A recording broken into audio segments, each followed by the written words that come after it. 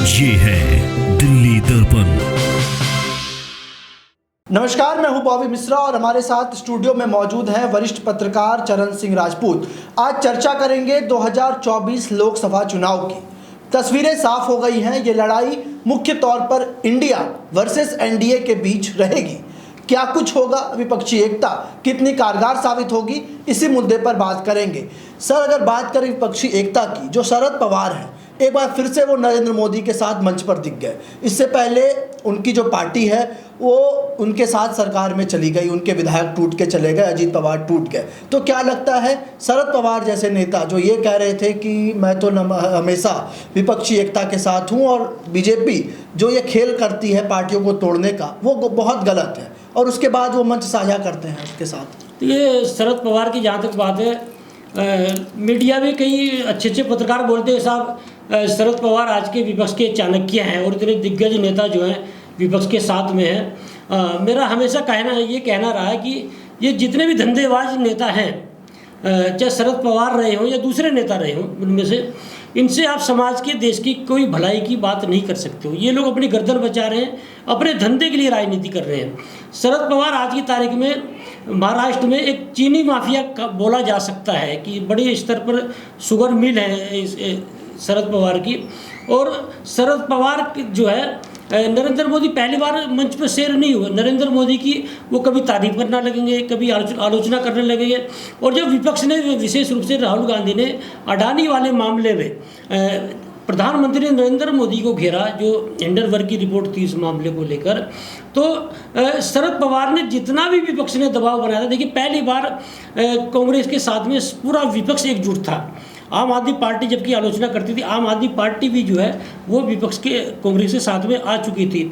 यही शरद पवार जो है वह बोलते हैं कि नहीं इसमें जो है जेपीसी की कोई मांग की जरूरत ही नहीं है। इन्हीं शरद पवार ने बोला था। और खुद व्यक्तिगत रूप से अडानी जो है, गौतम अडानी, वह शरद पवार से मिलते हैं जाकर, और कुछ अभी तक पता नहीं चला इन लोगों की बातें क्या हुई थी। तो शरद पवार ही नहीं, मैं तो ये कहना चाहूँगा कि अभी चुनाव आने दीजिए। विपक्ष में ऐसे कितने दागी नेता हैं, कितने धंधेबाज नेता हैं कि किसी न किसी तरह से दबाव बना के अभी और काफ़ी नेताओं को भारतीय जनता पार्टी तोड़ेगी। या ये भी हो सकता है कि ये लोग ना इधर रहेंगे ना उधर रहेंगे, और जब मौका देखेंगे कुछ भी कर सकते हैं। जैसे शरद पवार जो है अभी ये नहीं बोल रहे कि एनडीए के साथ में आ रहे हैं, वो अभी विपक्ष के साथ में ही हैं। अरे भाई, आप प्रधानमंत्री नरेंद्र मोदी के साथ मंच शेयर कर रहे हो, कभी प्रधानमंत्री की तारीफ करना लगोगे, कभी आलोचना करना लगोगे, तो आप कहाँ विपक्ष के नेता रहे। और लोग तो यही शरद पवार का ढुलमुल रवैया है राजनीति का, कि लोग यहाँ तक कहने लगे हैं कि अजित पवार को भी शरद पवार ने ही जो है वो शिंदे सरकार में शामिल कराया है, और शरद पवार का ही जो है अजित पवार को और जो दूसरे नेता हैं छगन भुजबल जो हैं उन्हें बचाने का ये एक तरह से शरद पवार की जो है रणनीति है। मतलब ये अगर कहें तो ये राजनीति का ही हिस्सा है कि दो गुट में पार्टी को करके एक गुट विपक्ष के साथ भी चले और एक गुट सरकार के साथ भी शामिल हो जाए, ऐसे आरोप। देखिए, मैं बिल्कुल स्पष्ट कह देना चाहता हूँ जो लोग इस प्रोग्राम को देख रहे हैं कि आज की तारीख में, देखिए इसमें कहीं से दो राय नहीं कि सत्ता पक्ष में जो इस समय खेल चल रहा है वो जाति धर्म के नाम पर बांटकर, क्षेत्रवाद के नाम पर बांटकर, आपने देख लिया मणिपुर में जो है स्थिति बिल्कुल स्पष्ट हो चुकी है कि सरकार की सह पर वहाँ पर जो है हिंसा हुई। और जो वीडियो वायरल हुए दोनों, वो सीधा प्रमाण है कि 4 मई की घटना जो है रिपोर्ट भी दर्ज हो जाती है, लेकिन जो दंगाई हैं, जो आरोपी हैं, जो दरिंदे हैं, उनकी कोई गिरफ्तारी नहीं होती है। और वो वीडियो 19 जुलाई को जब वायरल होती है तब एक्शन होता है, तब गिरफ्तारी होती है। और उसमें भी जो सत्ता पक्ष के लोग ये कहना शुरू कर देते हैं कि भाई ये तो विपक्ष का खेल है, अभी जो है सत्र शुरू होने वाला था तो ये वीडियो वायरल करते। तो क्या ये वीडियो वायरल नहीं होनी चाहिए थी? जो दरिंदगी मणिपुर में हुई है, जिस तरह से आपने देखा 2 महिला को निर्वस्त्र करके और उनके जिस तरह से जननांग को जो छेड़छाड़ करते हुए जो युवक जो है परेड करा रहे हैं उन निर्वस्त्र से। और सबसे बड़ी दुर्भाग्य की बात यह है कि यही भारतीय जनता पार्टी, विशेष रूप से प्रधानमंत्री नरेंद्र मोदी राष्ट्रवाद की बात करते हैं और सेना की विशेष रूप से बात करते हैं। और उनमें से एक महिला का जो पति है वो सेना में सूबेदार रहा है, कारगिल के युद्ध में महत्वपूर्ण भूमिका निभाई है। और उसने रोते हुए बोला कि मैंने देश को बचाया कारगिल में, लेकिन अपनी पत्नी की अस्मिता को नहीं बचा पाया, अपनी पत्नी की इज्जत को नहीं बचा पाया। तो इससे बड़े दुर्भाग्य की बात नहीं हो सकती है।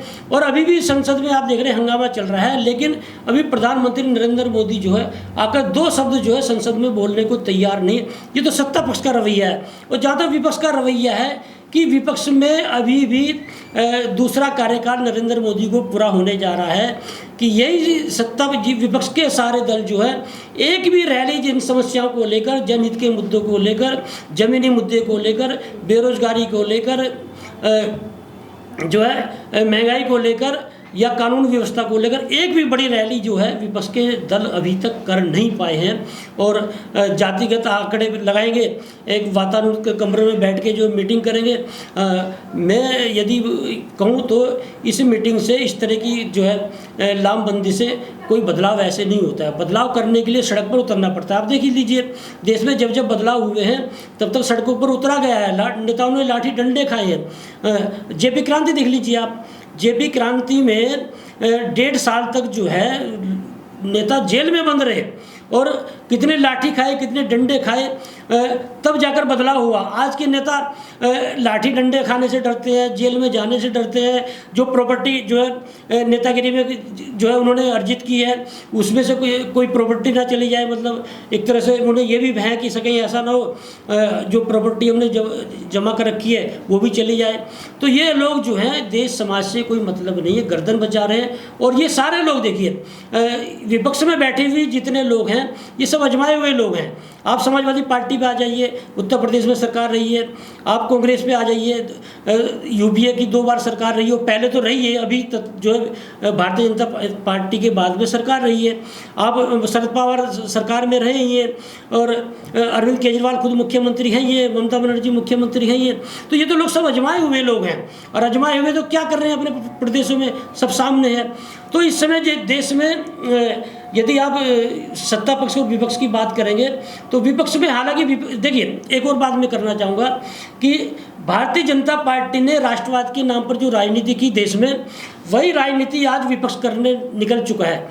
भारतीय जनता पार्टी की राष्ट्रवाद की राजनीति से सिवा जनता को बरगलाने के अलावा दूसरा काम नहीं हुआ है। जनता, देश का और समाज का कोई भला उसमें नहीं हुआ है। वही काम जो है विपक्ष जो है करने लगा है। इंडिया शब्द जो रखा है वो सीधा सीधा राष्ट्रवाद का रूप है।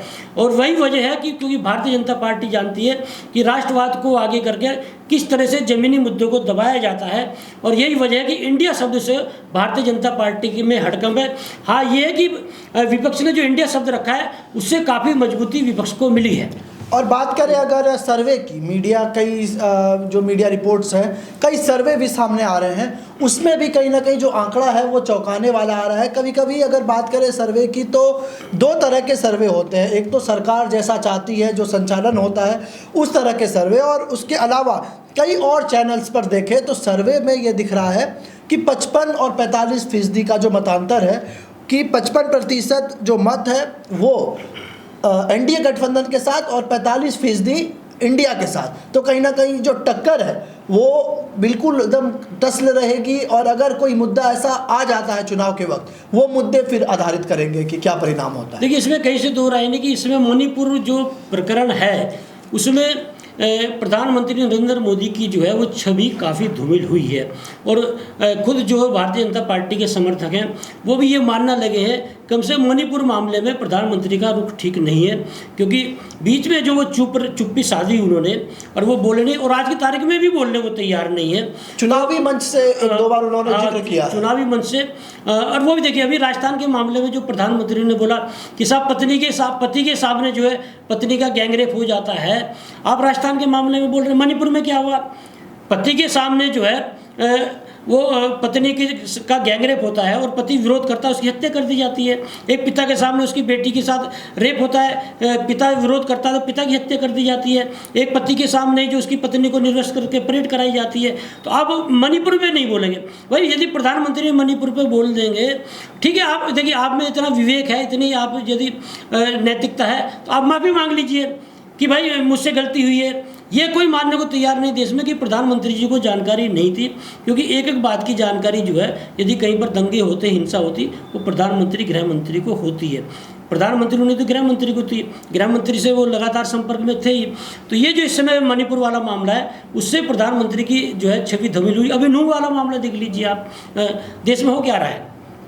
जिस देश में रोजगार की बात होनी चाहिए, विकास की बात होनी चाहिए, जिस देश में नेताओं को ये चिंता होनी चाहिए कि भाई यूथ को जो आगे कैसे बढ़ाना है, और उस देश में क्या हो रहा है, जाति धर्म के नाम पर मणिपुर देख लीजिए, मिजोरम देख लीजिए। अब उत्तर भारत हरियाणा बहुत शांति प्रिय प्रदेश माना जाता है, भाईचारे के नाम खबरें कम आती थी वहाँ से। हाँ, भाईचारे के नाम पर पश्चिम उत्तर प्रदेश और हरियाणा जो है वो भाईचारे के नाम पर बड़ा मेल मिलाप होता है। उसमें से हरियाणा में जो है इस तरह की आप नूह में देख लीजिए, मेवात में देख लीजिए, सोना में देख लीजिए, पलवल में देख लीजिए। पलवल में कई झुग्गियाँ जला दी। गुड़गांव में जो है एक निर्माणाधीन मस्जिद थी, धर्मस्थल जो है, वहाँ के इमाम की हत्या कर दी गई। नूह में आप देख ही रहे हैं, गाड़ियों को जला दिया जा रहा है। और तो हरियाणा जैसे प्रदेश में, शांतिप्रिय प्रदेश में ये जो माहौल बना है, तो कौन जिम्मेदार है इनका? भाई अभी वहाँ के मुख्यमंत्री जो है मनोहर लाल खट्टर बोल रहे हैं कि सरकार जो हर व्यक्ति की गारंटी नहीं ले सकती है, सेना या पुलिस हो हर व्यक्ति की गारंटी ले सकती। कौन लेगा? ये तो गैर जिम्मेदाराना बयान। नहीं, गारंटी यदि सरकार नहीं लेगी तो गारंटी कौन लेगा? आपको मुख्यमंत्री बनाया वहाँ का, आप वहाँ के जो है मुख्यमंत्री, तो मुख्यमंत्री गारंटी नहीं लेगा तो फिर कौन लेगा?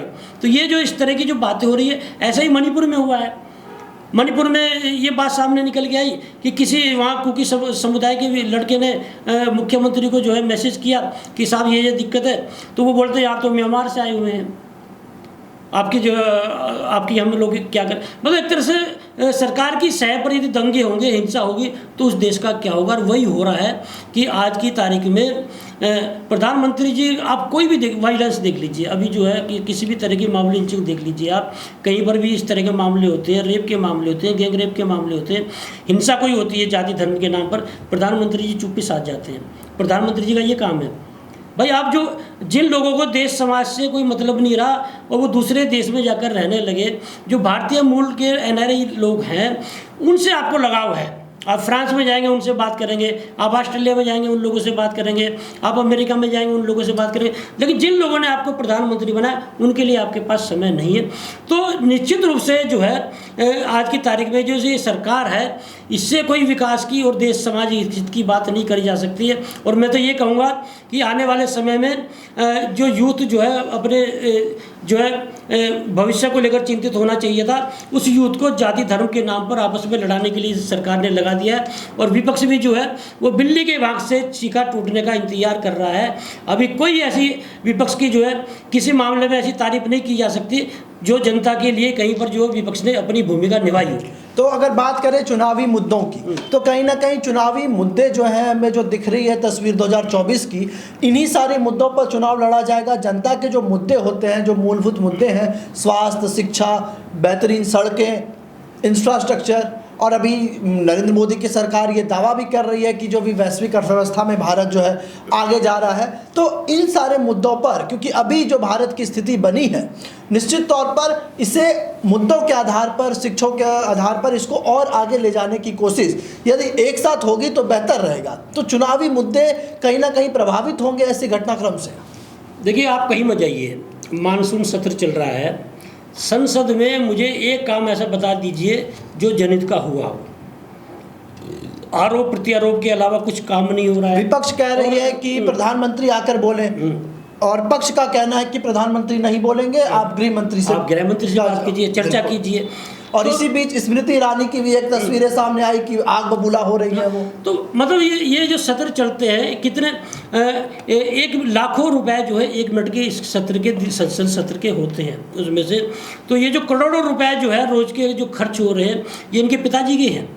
ये जो सांसद बैठे हुए हैं, इन्हें शर्म गैरत नाम की नहीं है कि जनता के खून पीसने की कमाई, आज की तारीख में जनता भूखमरी की कगार पर है और ये वहाँ पर ड्रामेबाजी कर रहे हैं जनप्रतिनिधि। अरे बात, जनता के जनप्रतिनिधि का मतलब क्या है? आप जनता की समस्या उठाइए वहाँ पर। तो आरोप प्रत्यारोप के अलावा वहाँ कुछ होता नहीं। कोई सा भी सत्र उठा के देख लीजिए और ऐसा लगता है कि गली मोहल्ले के नेता से भी ज़्यादा गिर गया है इन सांसदों का स्तर। आप देख लीजिए किस तरह की भाषा का इस्तेमाल वहाँ पर होता है।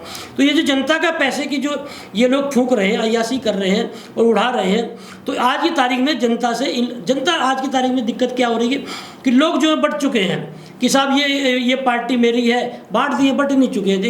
एक समुदाय के रूप में जातिगत आधार पर बांट दिए, धर्म के नाम पर बांट दिए। और भारतीय जनता पार्टी का तो सारी योजनाएं, सारे उनके बयान, सारे उनके कार्यक्रम, सारे उनके हथकंडे इस चीज़ को लेकर होते हैं कि किसी भी तरह से चुनाव को हिंदू मुस्लिम कर दिया जाए और जो हिंदू जो बहुल जो इस समय देश में है, हिंदू का वोट आपको मिल जाए, आपको सत्ता हथियार। और एक मुझे आप भारतीय जनता पार्टी का आप एजेंडा बता दीजिए, एक भारतीय जनता पार्टी का जो घोषणा पत्र में मुद्दा बता दीजिए, एक भारतीय जनता पार्टी का काम बता दीजिए जो हिंदू मुस्लिम को लेकर ना होगा। या जितने प्रवक्ता बैठते हैं भारतीय जनता पार्टी के डिबेट में, उनके 3-4 शब्द उनके पास रटे हुए होते हैं, पाकिस्तान, हिंदू मुस्लिम और जो है राम, श्री कृष्ण। इनके अलावा आप किसी भी डिबेट में देख लीजिए, आपको कोई शब्द मिलेगा नहीं, घुमा फिरा के वहीं आ जाएंगे।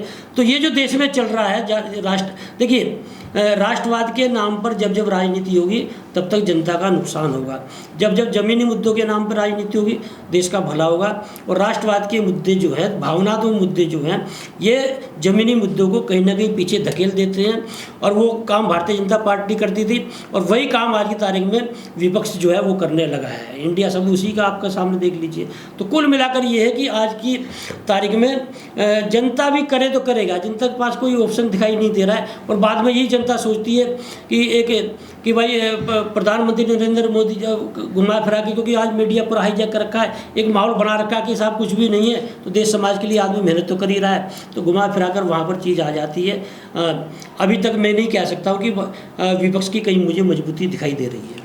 बहुत बहुत शुक्रिया सर इस पूरी परिचर्चा के लिए। हमारे साथ वरिष्ठ पत्रकार चरण सिंह राजपूत थे। हमने चर्चा की कि किस तरीके से इंडिया वर्सेस एनडीए की ये जो लड़ाई है आगे चलेगी और चुनावी जो माहौल बनेगा उसमें कैसी तस्वीरें निकलकर सामने आ रही है। हालांकि अभी जो निष्कर्ष फिलहाल निकल रहा है कि इंडिया और एनडीए दोनों के बीच ही समान मुद्दों को लेकर के ही आगे रणनीति बन रही है, दोनों आगे चल रहे हैं। किन्हीं के पास फिलहाल देश की बेहतरी के लिए कोई ऐसा मुद्दा अभी तक नहीं आया है जो मंच से रखा गया हो।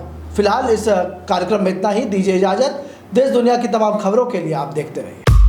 लेटेस्ट खबरों के लिए सब्सक्राइब करें हमारा YouTube चैनल या फिर लॉग इन करें www.delhidarpantv.com। खबरों की कवरेज और विज्ञापनों के लिए संपर्क करें